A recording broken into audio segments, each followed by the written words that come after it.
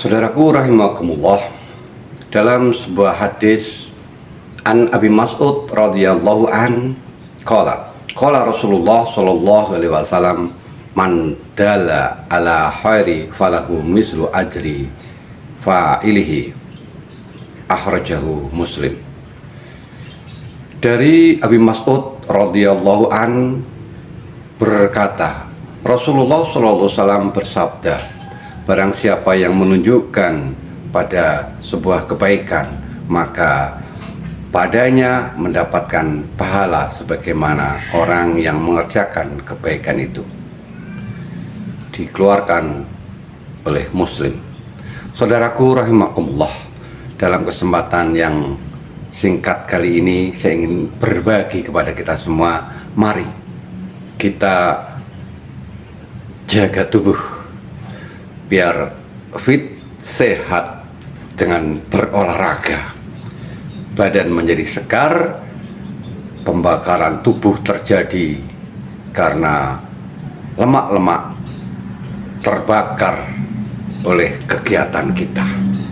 Maka secara keilmuan kita harus menjaga tubuh kita biar fit, yaitu kita senantiasa minimalnya berjalan setengah jam, lebih bagus lebih lama dari itu, sehingga terjadi pembakaran di dalam tubuh, lemak-lemak kita terbakar, hilang. Seandainya akan terjadi penumpukan lemak, seandainya akan terjadi gula darah yang berlebihan, maka dengan berolahraga kita insya Allah menjadi fit. Olahraga adalah sebuah kebiasaan Rasulullah Shallallahu Alaihi Wasallam. Rasul biasa berolahraga, bahkan Rasulullah berkuda. Kemudian beliau juga menjaga makan, tidak terlalu kenyang, juga tidak terlalu sedikit di dalam beliau memakan. Rasulullah Shallallahu Alaihi Wasallam juga menjaga kesehatannya dengan berpuasa, karena dengan berpuasa berarti menjaga lambung kita untuk menjadi sebuah kebiasaan untuk beristirahat dalam mengolah makan.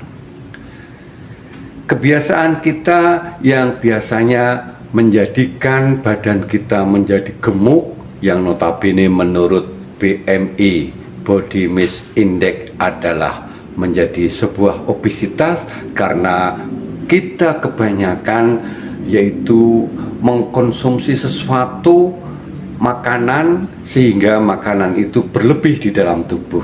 Terlebih ketika kita hendak tidur, mengkonsumsi nasi gorengkah, nasi oporkah, atau sebangsanya.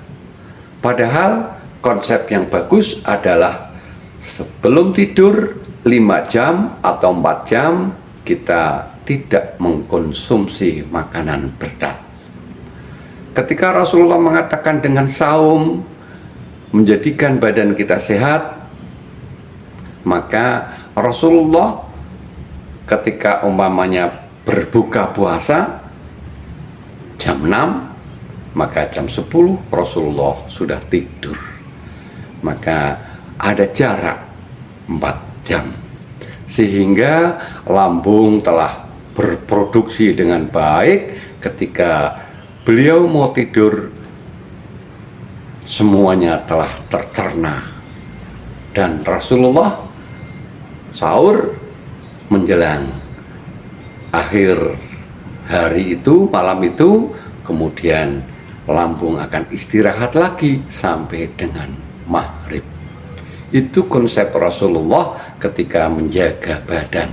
Satu, dengan berolahraga, memakan tidak terlalu banyak, kemudian ada waktu-waktu senggang, jeda antara makan dan istirahat atau tidur, kemudian di samping olahraga makan dia juga shaim atau berpuasa.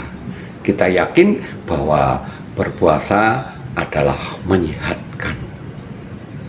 Untuk itu, mari. Saya punya sedikit cerita. Dulu saya punya pemimpin yang getol berolahraga. Bahkan anak buahnya sering diajak berolahraga. Namun pada akhirnya juga meninggal.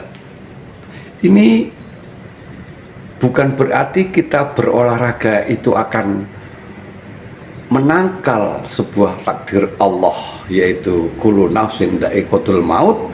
Karena orang berolahraga, orang rajin senam, orang rajin badminton, tenis dan sebagainya, tentu berakhir pada sebuah kematian.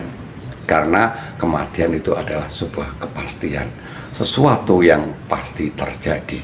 Namun kita sebagai manusia biasa diwajibkan untuk berikhtiar menjaga badan untuk selalu sehat, tidak menjadi obesitas.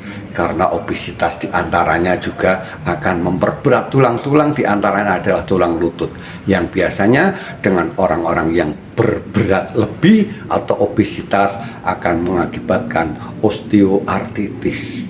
Kalau sudah menderita osteoartritis, sulit penyembuhannya.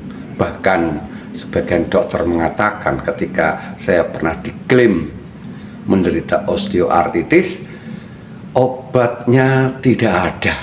Obat yang diberikan oleh dokter sebagai pengurang rasa nyeri saja. Dan alhamdulillah dokter yang pernah saya datangi ketika saya berkonsultasi soal osteoartritis pada lutut saya, dia menyarankan untuk dibekam saja.